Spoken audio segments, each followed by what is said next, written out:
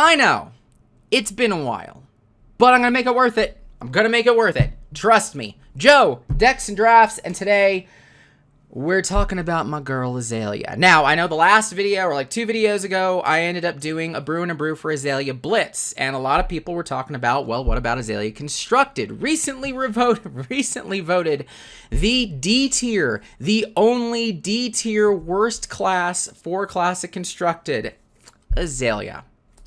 And that makes me sad. That made me sad. But the thing is that the idea that I had with Blitz actually started to pan out, and she became a bit of a well, not a powerhouse. I'd be lying if I said she was a powerhouse. But I used that same mentality, and I learned a couple things, and I thought about Azalea a little bit differently, and I think this one's spicy. I think this one's really spicy. Every time I've been playing testing against, it just gets more and more insane. And all it takes is rethinking completely what we think about Azalea.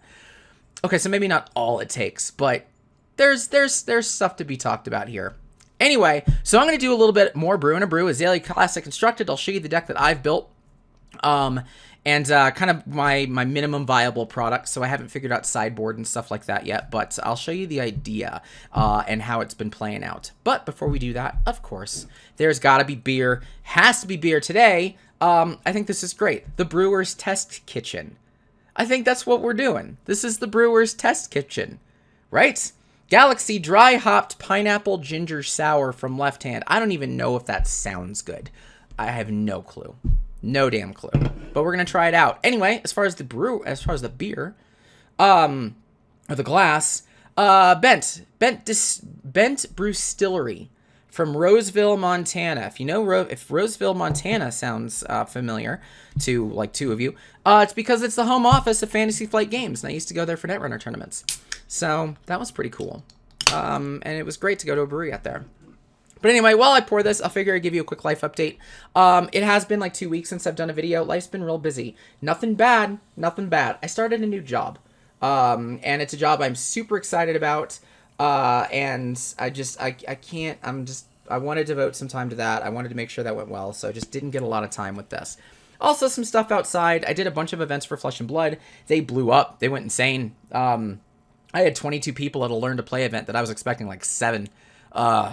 So the game continues to grow and explode, and all that stuff. So that's what I'm doing. But anyway, I'm gonna sip this and see how it goes, and then we're gonna flip the camera and I'm gonna show you some Azalea CC. I'll show you what I'm doing. Oh, this might grow on me. I hope this one grows on me. That's where we're at. I'm flipping the camera. So I've made it very well known. I say it many, many times on a couple videos, as well as pretty much anywhere I play or anywhere I talk, that I think we're just looking at Azalea the wrong way. And it wasn't until I made this deck that I kind of realized exactly what I meant by that.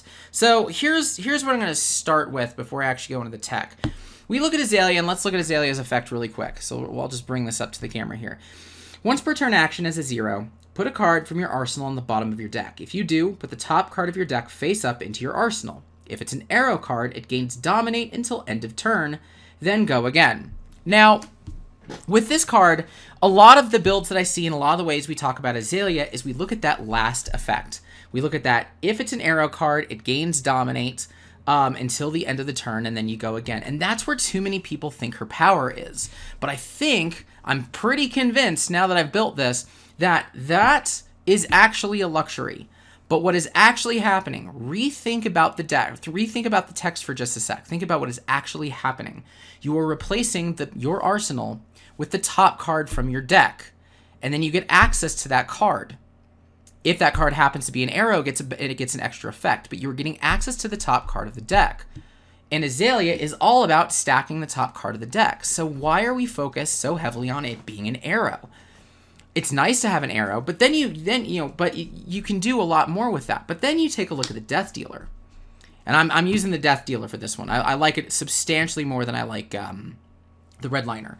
Once per turn action, if you have no cards in the arsenal, you may put an arrow card from your hand face up into your arsenal. If you do, draw a card. Again, we put a lot of power and emphasis on the arrow card into the arsenal, but we don't exactly realize, we're not paying attention to the if you do, draw a card. This is another card. This is another Azalea effect where you are getting access to the top card of your deck.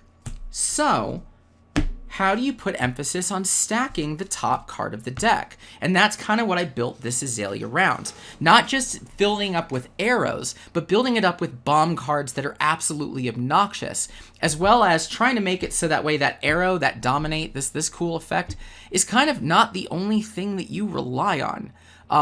In Blitz, you can kind of get away with it, right?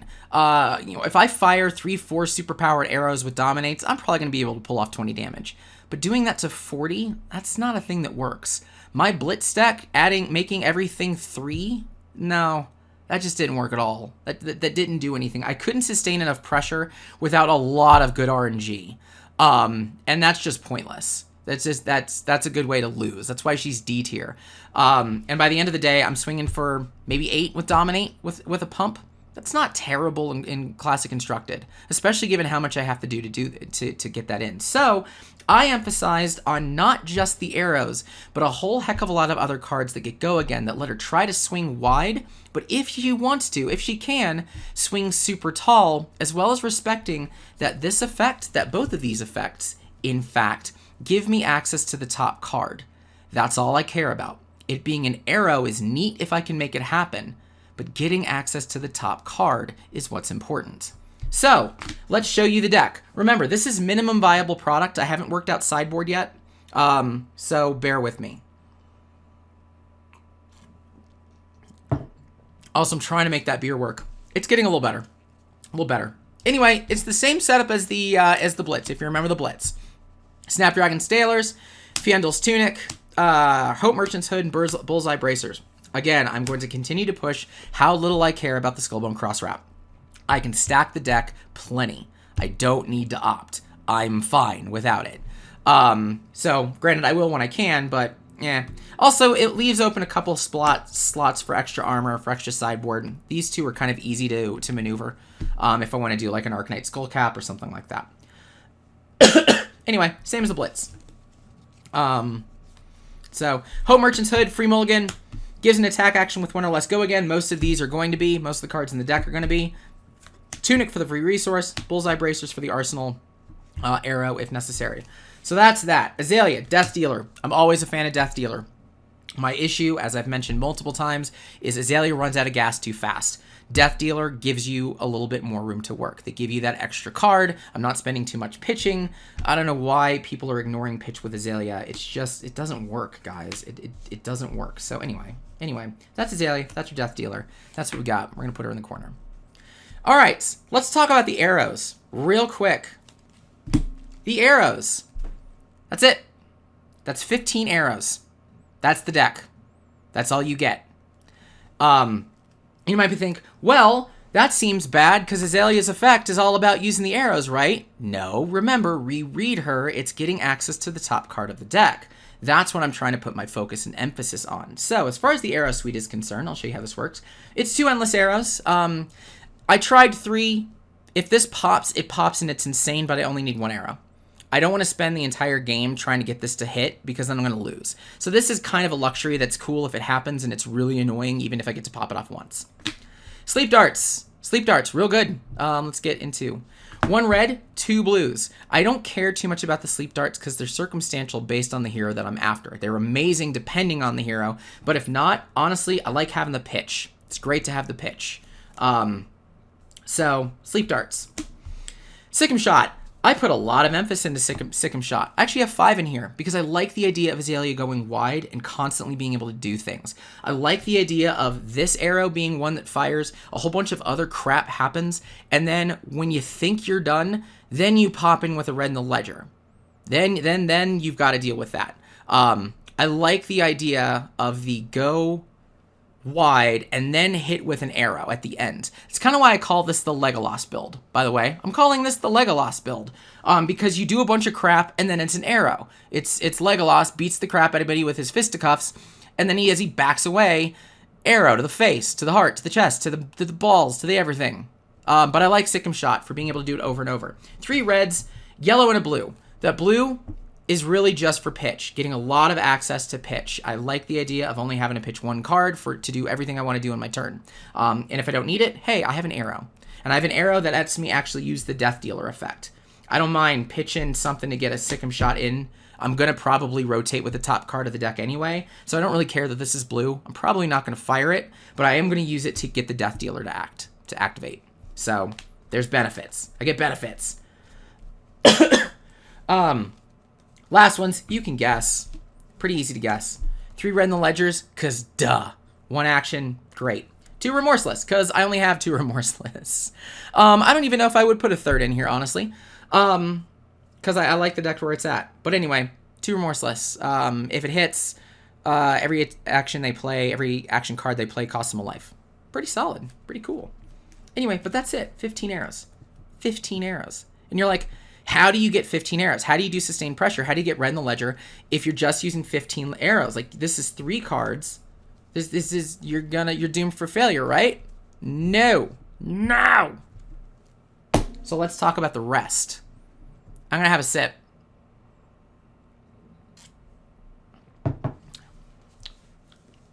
Okay. I'm starting to like that now. I'm starting to dig that. That first sip was a little rough. I just didn't know what I was up for. Okay. Arrows out of the way. Azalea, my girl, on the screen. The other attacks. Other attacks. Generics. 4 Ravenous Rabbles. Ravenous Rabble does a lot of good things. 1, I got a lot of reds in the deck to begin with, so chances are this is only going to get reduced by 1. Additionally, it's a go again, lets me look at the top card of the deck. Additionally, it's free. I like the free part. The free is real good, because I can just go, then do Azalea's stuff. Pitch to do Azalea's things, and then hit with an arrow if I've got one. I've been playing this deck as do as much frivolous things that are just going to come as little pokes, that stuff that might let get through, that the opponent might let get through because they know the arrow is coming. This adds up. If there's a red on top, this is 12 damage for nothing, for absolutely free, and I still get to do Azalea's crap, depending on what I have in my hand. This will add up over time. This will become a problem. And when these become a problem, these start getting defended. When they start getting defended, that makes the last arrow, the last attack from Azalea, that much more likely to do some serious harm, be that actually hit or force them to defend again. 3 reds and a yellow. The yellow's just because I want more of it. I just want more of it. E-Strike.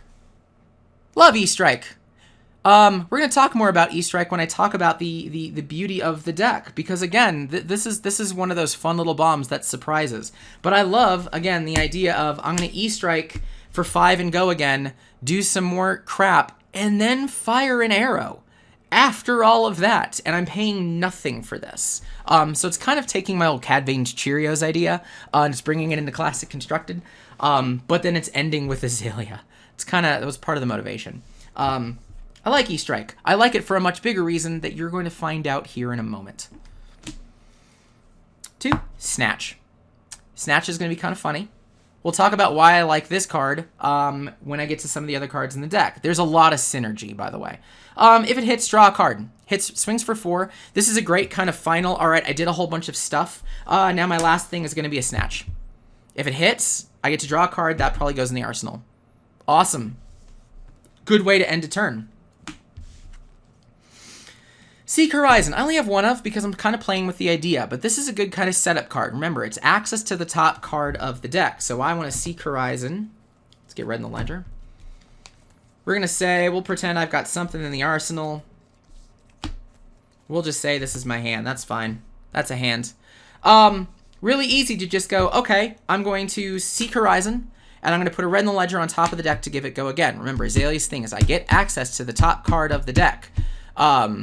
Through many, many things. So, on top of being able to swing for 4 with go again, I have set up Azalea for success with her arrow. And now it's not just me swinging for 5 red in the ledger, I'm actually swinging for 9 where red in the ledger is at the end. And this stacks up over and over, and this is how the deck plays over and over and over and over and over. I like it. Seek Horizon. Still playing with it. Still seeing how it goes. Anyway, that's red. That's Seek. Teasers to the other. I have one Command and Conquer. It's because I only have one Command and Conquer. Where am I going to put more? I don't actually know. But again, we'll talk about why I don't think so in a little bit. Life for a Life. I got 4 of them. Some are for pitch if I don't need it, if I happen to be higher on life. But I think this is a great card to, be able to pinch a punch, go wide a little bit, get some life back. If I have less, which Azalea will likely have less depending on kind of how she plays, how it works out, then I get go again. Then I get go again. Then I get go again. Then I hit you with an arrow. Neat, cool, fun. Anything where I can go wide if it makes sense, awesome. And if not, this is just a great, I've done a whole bunch of things. At the end of the turn, I hit you for 4 more, and I get a life if it hits. And that's turn. That's real annoying. That's super annoying. And that's your attacks. That's your attack suite. A whole lot of things that get to go again and do more things and go wide, followed by an arrow that is really annoying. And because these are cheap, these are a lot easier to play. Because I really only need one thing that maybe pitches for 2. There's plenty of that in the deck. And that covers the Death Dealer, putting that into the arsenal, and then firing the arrow. In the case of Endless and a couple others, it's free. But I like go real wide, do a bunch of goofy stuff, then the arrow at the end when the opponent is just exhausted from defending. Or if they're not exhausted from defending, they took a whole lot of chip shot damage that is no longer chip shot damage. This becomes 5, 10, 15 damage quickly. And if they're planning for the Azalea, if they're waiting for the Azalea hit, this is free money. This is just free money right here. If they're expecting you to play with the Azalea Dominate. It's nice if it happens, but if it doesn't, that's a lot of waste. And I did a lot of damage. Let's talk about the non-attacks. I got a lot. Not enough. Enough. 3 knocks, because of course 3 knocks. Knock the Death Whistles are fantastic. So, set up Azalea for success, put it on top, put an arrow on top, profit. 2 Poison the Tips. I love surprising with Poison the Tips at the end.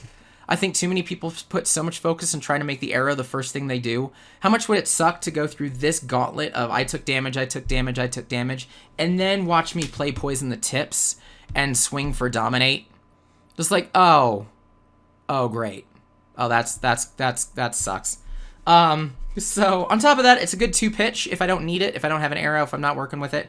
And it's got reload. So the reload is really important because I want access to the top of the deck. If I don't have an arrow, this is a good way to get something into the arsenal so I can get access to the top of the deck.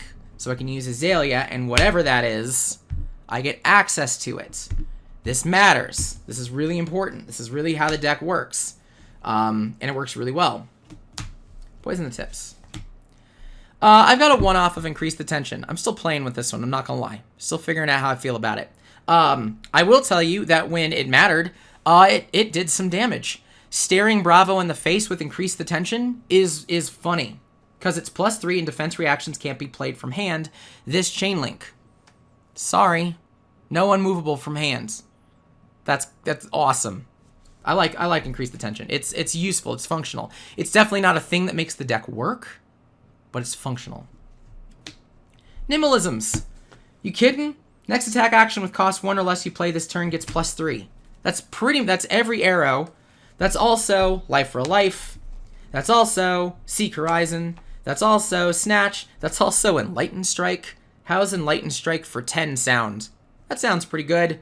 Ravenous Rabbles. That's basically every card. Nimbleism's fantastic. And because I have so many generics and arrows, I'm picking this over the Take Aims. I do have Take Aim, though. I have 2 Take Aims because of that reload effect. Because I want the top of the deck. Last up for actions. Captain's Call. A bunch of them. Captain's Call makes this deck insane. Captain's Call is what I looked at and said, oh my god, Azalea is viable. Hard. Yellow and blue, because I don't need red. Choose one. Next attack action card with cost 1 or less gets +2, or gets go again. The 0 is cost 0. +2 or go again. The only 2-cost attack in this is Command and Conquer.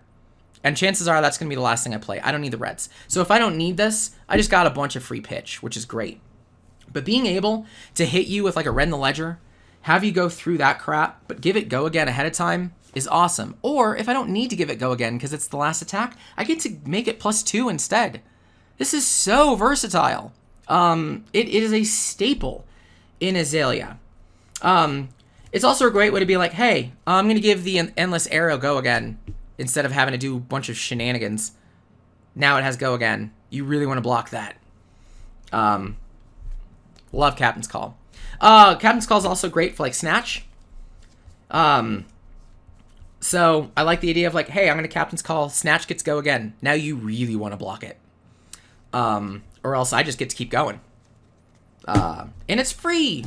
It's all free. I felt that was worthy of a beer. It's all free. And I love it. Attack reactions. Duh. Razor reflexes. Razor reflexes do a lot of good. On top of giving the attacks go again, which is just super annoying. So I fire a big arrow. Chances are it hits, and then it gets go again, and I get to do more things. And I like that idea. I like hitting the Endless Arrow, giving it go again, putting it back in my hand, and doing it over and over. I like hitting you with Red in the Ledger, making you block like crazy, giving it go again, and then doing a whole bunch of free things. And since you've defended like crazy, or you're going to defend, you're probably going to defend like crazy, and your next hand is truly dead. You truly have a dead turn next turn. Razor Reflex is just good. 2 reds, 2 yellows. I'm playing around with the weight of this. I don't always want to use the Razor Reflex, so I like having the 2 pitch. Because again, 2 pitch is arrow, and then the arrow. That's usually, that yellow's real good in this.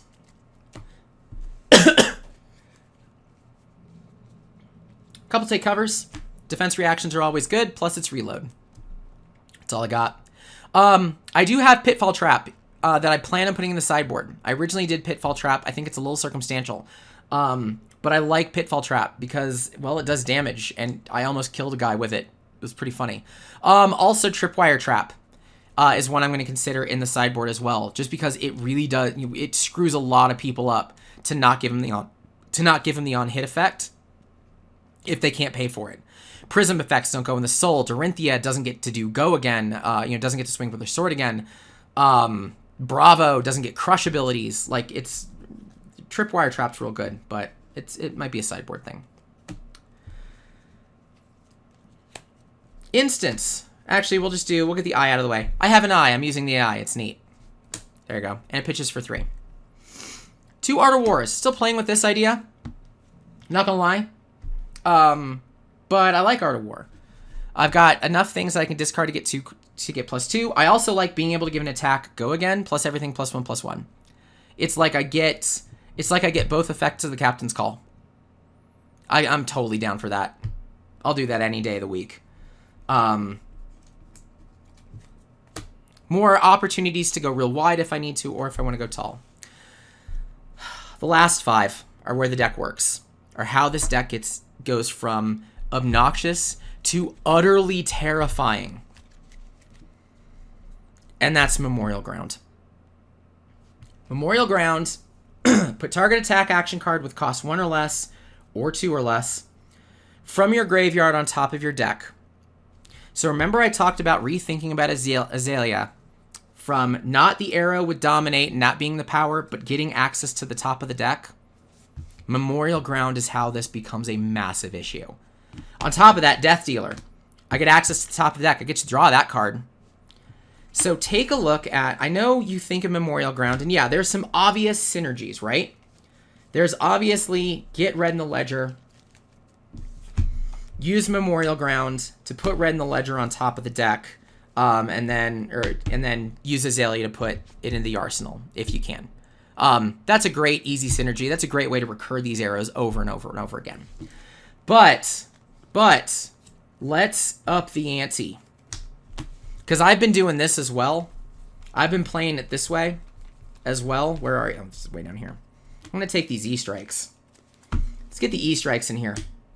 Let's do that. There they are. I like doing this if I Memorial Ground in the arsenal. We'll just say that I have an arrow. Arrow. So we'll say that's the hand I've got. Whatever. I've got Memorial Ground in the arsenal. I'm going to put E-Strike on top of the deck. Now, that doesn't help for Azalea's effect, but I don't exactly care. Because what I'm going to do instead is I'm going to set up a Remorseless and then draw E-Strike. And now I have access to E-Strike. So now I get to swing for E-Strike, and then I get to swing for Remorseless. I don't care that this has Dominate at this point. I care that I just did 10 damage to you, and you got to deal with that. I also like being able to surprise with it. So if I've got all of these generics that I'm swinging with, so we're going to swing with, I'll swing with Ravenous Rabble. Ravenous Rabble. Okay, now that those two are done, let's Memorial Ground, or let's load the Death Dealer. We'll load an arrow into the Death Dealer, draw a card. Then we'll Memorial Ground, put Red in the Ledger on top, and then use Azalea and do that. Now instead of swinging for 5 and trying to set up a turn where I swing for like 5 Dominate or 8 Dominate or some stupid thing like that, I've hit you for a butt ton plus Dominate, plus the Red in the Ledger Dominate. And the versatility and the opportunity to just go insane is so high, and it's so much fun to just say, well, what do I want my opponent to not be able to do? Or how is my opponent blocking? Well, cool, I'm going to keep an arrow. I'll keep an arrow for next turn, and we'll deal with it then. I got a whole bunch of generic attacks. Sorry, my voice is a little screwy. So doing a quick cut and reshuffle, redo things, because I figured I wanted to actually maybe like show you the play space. I like to do a couple test turns just to see if I can actually get a good turn to happen. Because if I can't and I'm not defending, it's going to be even worse when I'm defending. So let's see what she does, right? Let's see what the access is. 1, 2, 3, 4. Ugh, that's not great. It's not great. But I get to do some things. So I think we pitch him Nimblism to get a Remorseless in. I care about that because I still might do things with these. Actually, I lied. It's going to be Seek Horizon. If I want to try to go tall. If I want to try to go tall with this turn, because the pump's going to do that. So I'm kind of hoping for two, like if I can get 2 pitch here, I'm in a good spot. And I can. Great. Awesome. I hate that it's Memorial Ground. That'd be great. But yeah, that lets me Nimblism, Remorseless for 8, and then Razor Reflex for 11. Azalea went tall that time. Let's see what else we got. Life for Life, Knock, Razor, Captain's Call. Couple options. Couple options here. This is another one where I could probably go tall, right?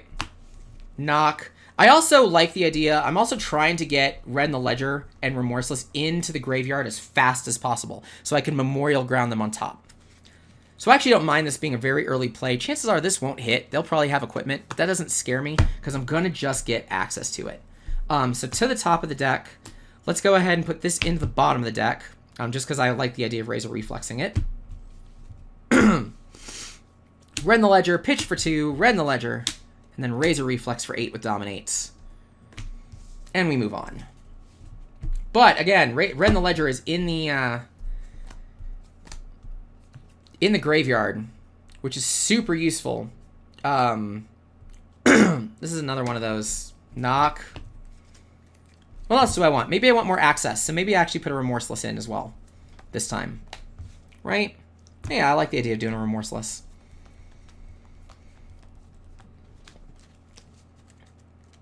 So now I've got both in. So now when I get the Memorial Grounds, I get to do whatever the hell I want with them. Remorseless. That's a reload. That's a reload.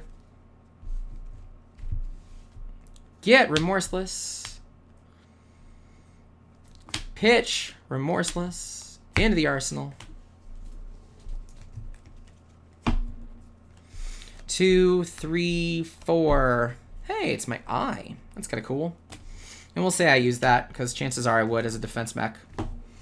So this is a go wide turn. This is a quick example of a go wide turn. So first things first, I actually am more interested in getting the Death Dealer and getting this first because I kind of want to see what access. I kind of want to see what this is. I want to know if I'm more interested in what this is than the Sleep Dart. So I don't want a Ravenous Rabble first, because putting an arrow in is going to force me to draw it no matter what. So I'm actually going to pitch the eye. Let's look at 2. Yeah. So we're going to go this route.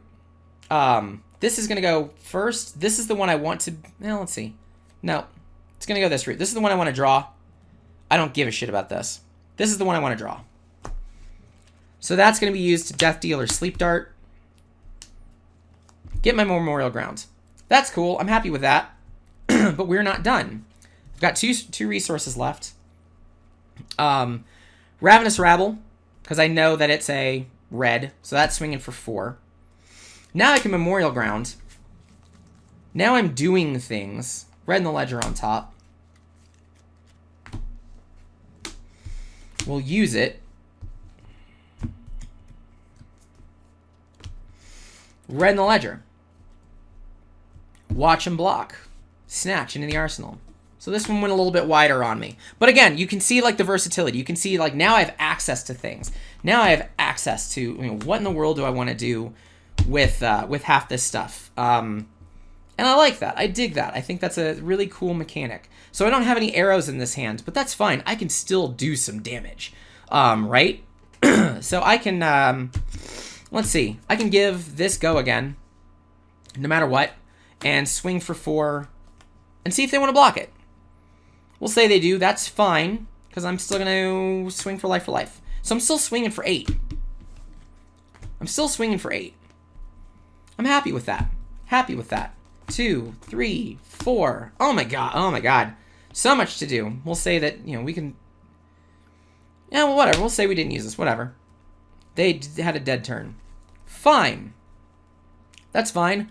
We'll Memorial Grounds. We'll put a red back on top. Red, top. Azalea. Neat. This is one I probably would very much... I mean, I would have a tunic by now also. I should acknowledge, I would have a tunic by now. So whatever, we'll say I do. Tunic, red in the ledger. I'd give that go again. I think that'd be kind of neat to say, hey, I'm going to actually Death Dealer, Sick'em Shot. That's cool. We'll Rabble for 1. Then I'll Sick'em Shot. So I did 5, 3, so 8, plus 4, 12. 12 damage. Azalea goes wide. So, you know, I like it. I like it. Anyway, that's the deck. That's the idea. That's some of the shenanigans she can do of like, hey, I'm going to Memorial Ground whenever the hell I want. I'm going to get things into the arsenal as quick as I can so I have options. If I can go wide, I'm going to go wide and then surprise you with that Memorial Ground red in the ledger crap. I like it. It's a lot of fun to play. Super versatile. It actually does keep people on their toes. It's a hell of a pilot. But that's what I have for you. I haven't even finished the beer. My voice is just killing me right now, so sorry that it's a little bit groggy. But yeah, I'll be back later on, and I'm more than happy to schedule some games with you guys as well. So have a good one.